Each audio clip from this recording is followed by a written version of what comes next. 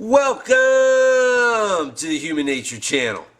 I'm your host, Alex Tamsula, and what am I doing here? Well, it's Tuesday night once again here in my dad's sheltering farm garage. Yeah, I'm not kidding about the sheltering part. It's cold outside.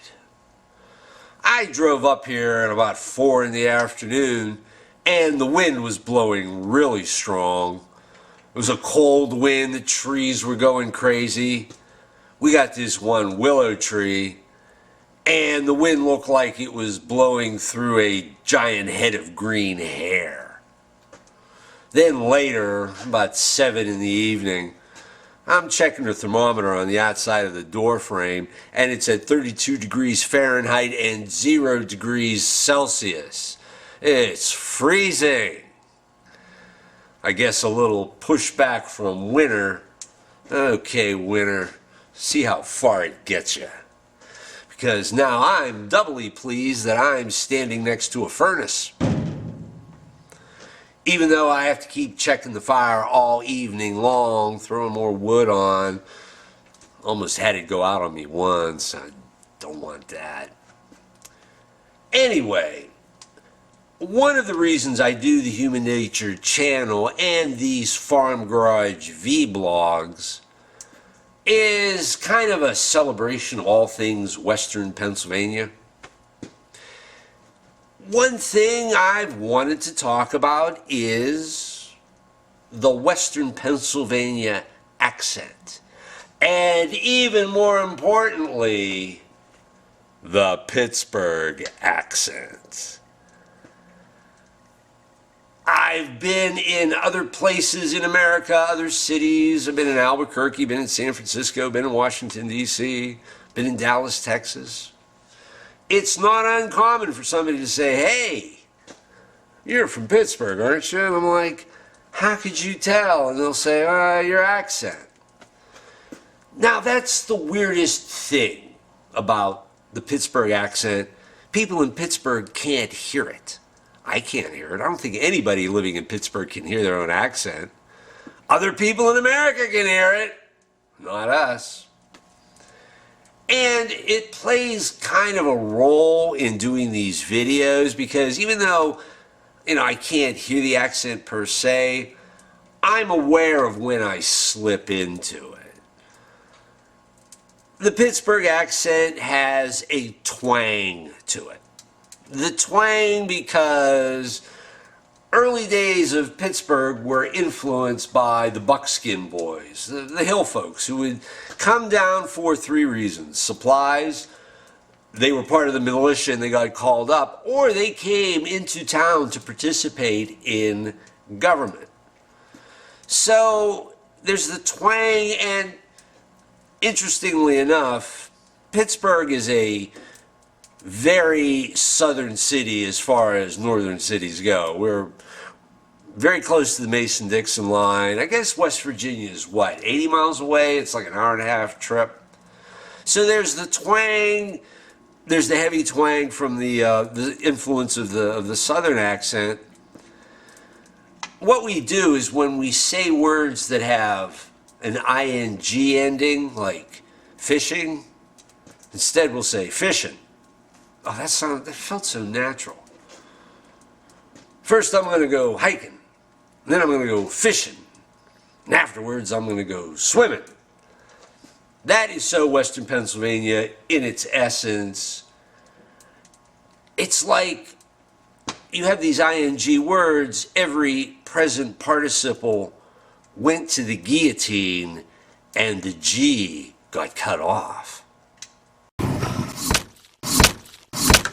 Just like that.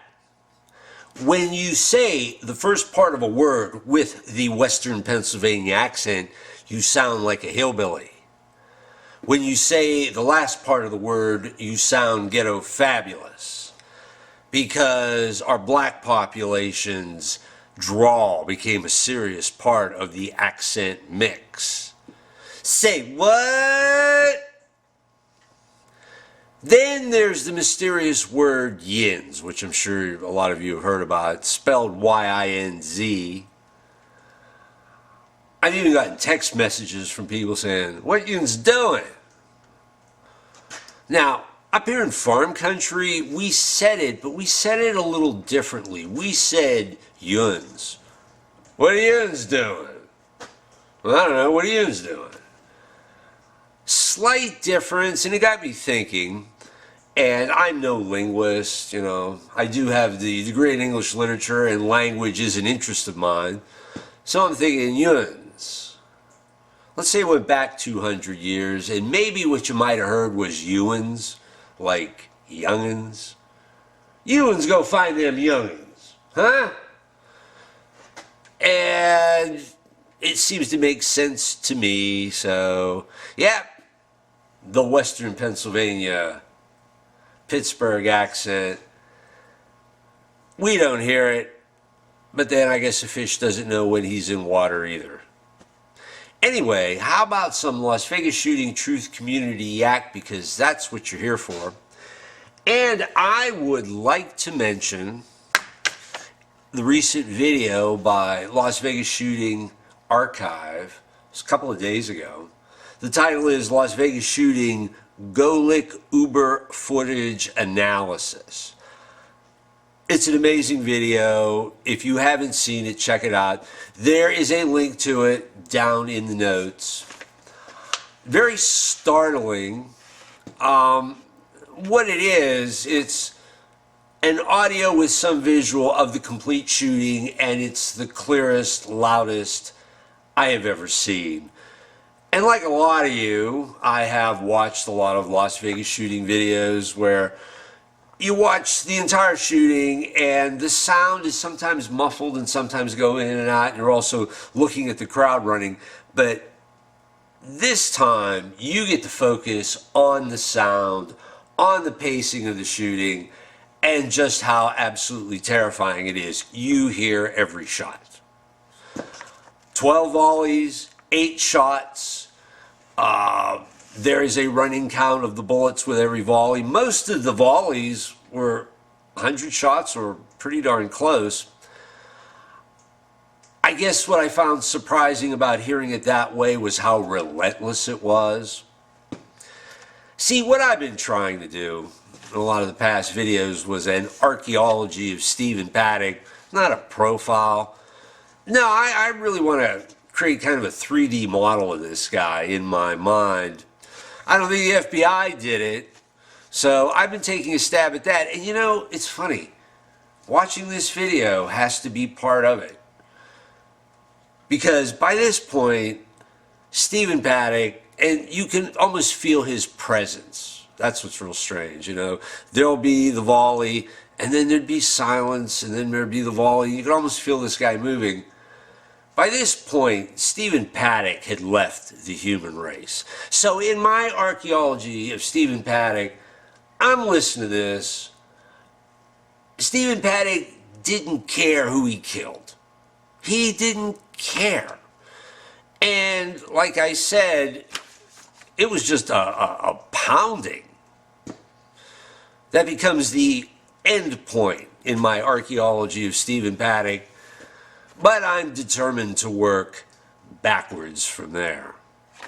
Anyway, some interesting things down in the notes section for Las Vegas Shooting Archives video.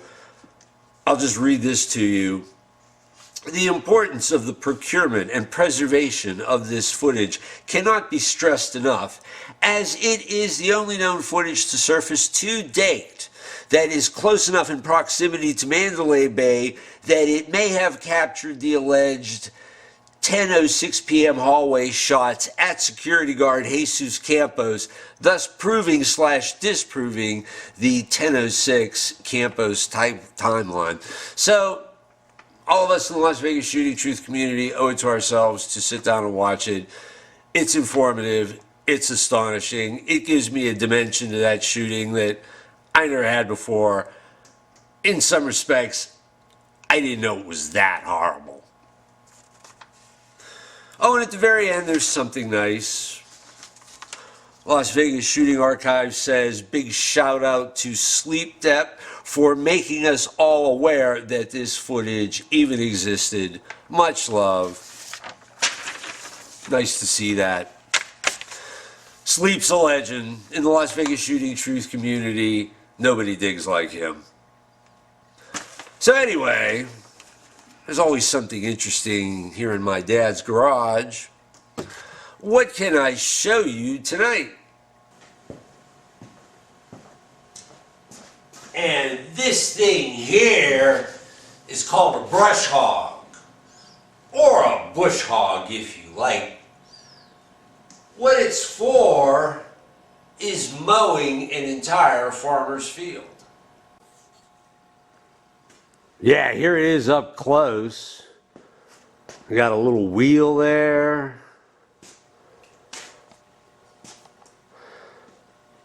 Okay, right here I think you have what they call a rotary axle, and then there's another part to it. What that would do, that would hook up to this turning screw that's on the back of a tractor, and that turning screw would be coupled to this chain, and that would turn the blade, and yeah, you can get a lot of work done in a couple of hours. Beats pushing a mower.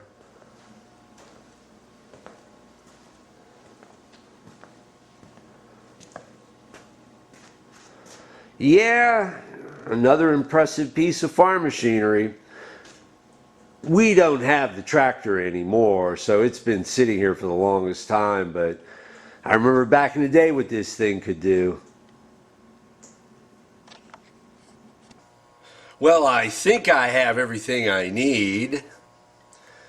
I got a pair of camo gloves. Huh? Now when I go out into the woods, my hands are invisible. Peekaboo! I got a big brush.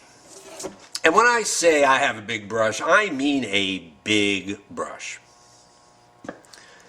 Isn't this the biggest handled brush you ever did see? It's got these really thick bristles. You can cut this handle off this brush and screw in a push handle and still sweep dirt across the floor with this thing. Yeah, I wonder, what would you brush with it? The brush hog? Huh? Uh-huh, yeah. Now the next thing I have is a Better Homes and Gardens skewer thermometer. Poultry, ham, beef, lamb, pork. The kind of thing you'd expect a guy like my dad to own since he's into food preparation. Now I was looking at this thing, right, and I was getting an idea for a murder mystery story. You got this rich man who's found flat on his back dead in his kitchen. And he's got this thing in his forehead. So the police show up. The veteran homicide detective looks at the thermometer and says, uh-huh, medium rare. Okay, it's 9 o'clock now. That means he was murdered at 6 p.m. They dust it for fingerprints. Take it down to the lab. The wife's fingerprints are all over the thing. However, it turns out that at 6 p.m. that day, she was across town at a cocktail party. She's got an alibi. So what's going on here? And what about her lover, who was also her husband's business partner, which would give him access to the house? Has possibilities. I've actually sold 3 mystery stories. I don't know if you've ever seen that tabloid at the checkout racks in the supermarket, Woman's World Weekly. It's been around forever. It's got, diets, and it's got recipes, and it's got horoscopes, and, stories of true love. It's all things women. Every week there's one romance story and there is one mystery story. And back in the early 2000s, I actually sold 3 to them. I've heard it said that if you sell 3 short stories, you are a professional. Haven't made a dime at writing since, but they can't take that away from me. Alright, I got a pair of tongs. I got another pair of tongs. I got more tongs than I know what to do with. Okay, I found another one of these things here in my dad's garage, and I have no idea what it does. I don't even know which side is the handle and which side is the grip and which side is the grip is which. I don't know. I have no idea. None at all. None. Now, at first I thought, well, these are rollers, but they don't roll. They're more like insulation. Like you're picking up bottles of liquid oxygen or something. Yeah, you know what? That might do it. But on the other hand, you know, you could be grabbing something, you know, like, I don't know. So I'm asking my sharp-eyed viewers out there to bail me out once again and tell me, what is this thing? All right, I got a very small accordion. I bought it about a year ago, and I really planned on practicing on it, learning how to play it, doing some songs for you folks, but the problem is it's for kids and it's kind of too small for my hands. But let's see if we can. Oh, you see, you're supposed to put your thumb in there, and once I put it in and I can't get it out. Oh, there's a better way to do that. Let's see. Which way is my thumb going? I think it was like, yeah, that's kind of it. I've only taken it out of the box 3 times. Little red accordion. Read the instructions again. But I'll tell you, I'm determined to get my money out of this thing. So, here goes Robert Palmer's Addicted to Love. Your lights are on, but you're not home. Your mind is not your own. Your heart sweats, your body shakes. Another kiss is what it takes. You can't sleep, you can't eat. There's no doubt you're in deep. Your throat is tight, you can't breathe. Another kiss is all you need. Whoa, you like to think that you're immune to this stuff. Whoa, yeah. It's closer to the truth to say you can't get enough. You know you're gonna have to face it, you're addicted to love. You see the signs, but you can't read. You're running at a different speed. Your heart beats in double time. Another kiss, and you'll be mine, a one-track mind. You can't be saved, oblivion is all you crave. If there's some left for you, you won't mind if you do. Whoa, you like to think that you're immune to this stuff. Oh yeah. Closer to the truth to say you can't get enough. You know you're gonna have to face it, you're addicted to love. Might as well face it, you're addicted to love. Might as well face it, you're addicted to love. Might as well face it, you're addicted to love.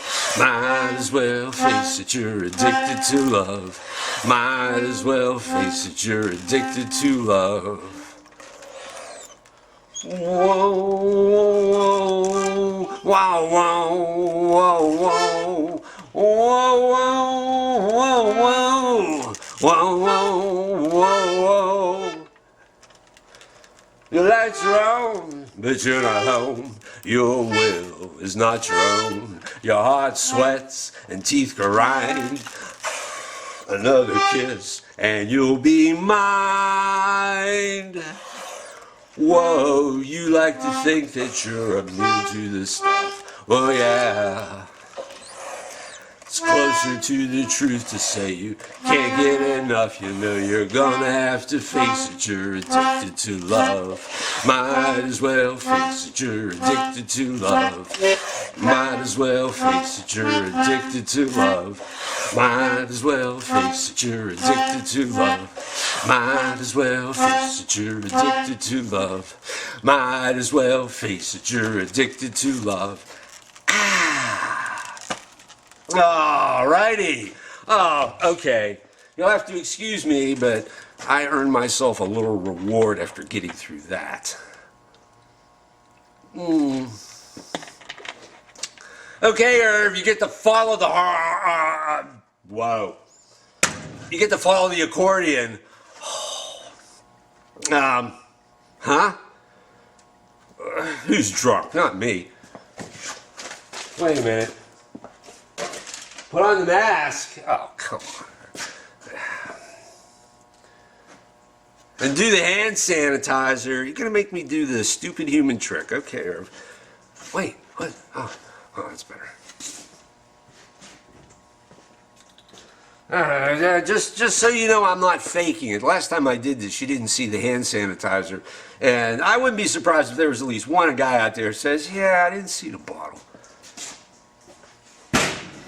Okay. Use the gloves. Oh, I'm going to use the gloves all right. Oh, yeah. Oh, I'm using the gloves on you, Irv.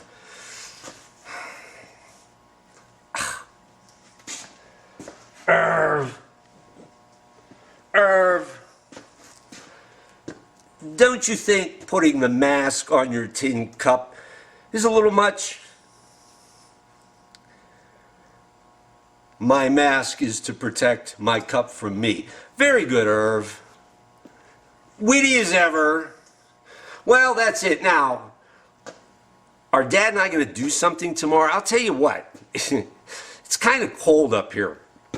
I got up here, and this was about like 6, 7 in the evening, and it was snowing outside. Now, if the weather's too cold, Dad and I might not do anything outside. We might do something inside. You got to understand. 5 years ago, this guy had hip replacement surgery. That metal gets cold. So anyway, just to let you know, I want to get something with Dad. And, oh, by the way, Irv, time for your close-up. All right. Hi, Dad. What are we doing today? Today we're going to douse. Douse. We're going to try finding water lines, gas lines, sewer lines, septic tanks, Okay. wherever water's running underground. All righty. I came up with this gadget. Let's give it a try. Okay.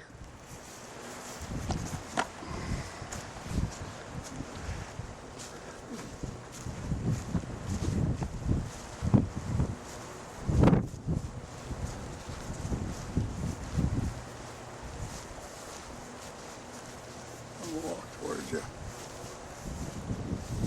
You have to be that close? Yeah, so I can hear you. Okay. I'm going to walk slowly. I'm going to keep these two horizontal, pointed, straight away from you. All right. Just leave them free and just walk. They might spin around.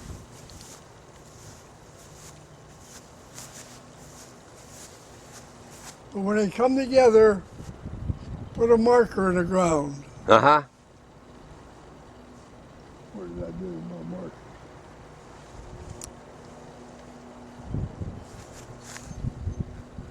Is that it behind you?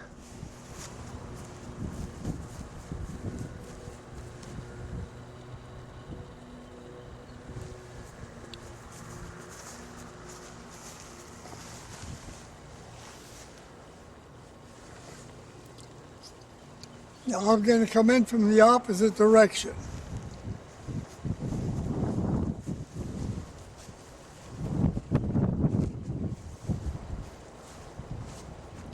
Hold them horizontal, let them free. Keep your elbows up against your body. When they come together, put a marker in the ground. Get me one of them markers. Get you one of the markers. Okay, wait a minute. There's one over here. Hold on.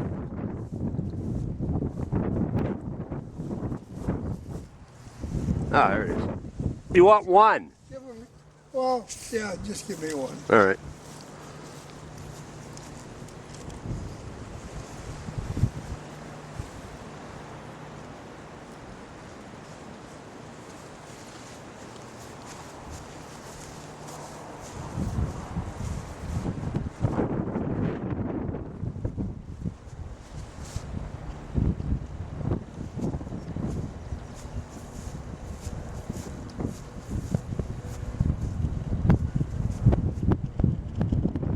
Okay, give me another marker. All right. There you go.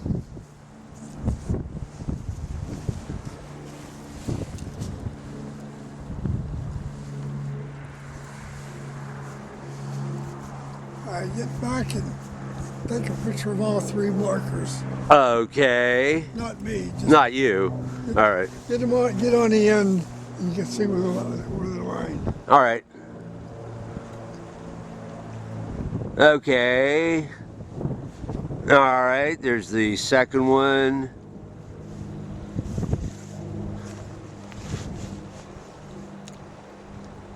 All right. I got the markers on video. Would it be better if you got on the very end and shot the markers in a straight line? All Try it. right. Try to get them all in at once. All right. I think I got them all. It's kind of hard to see in the sunlight on my monitor, but yeah, I think I got them in a straight line. Okay. All right, there you are. There's your water line. Oh, there's our water line. Great. Okay, and let them know that you are a bit of an innovator. You put those dowsing rods in like metal sleeves. Copper tubing. Copper tubing. Okay, so you're not just holding them in your hand, they're in the copper tubing. They're in the copper tubing. Okay, well that's great. Okay. So that's our lesson for dowsing. Thanks a lot, Dad. See you next week. We'll try another one. We'll try another one. All right.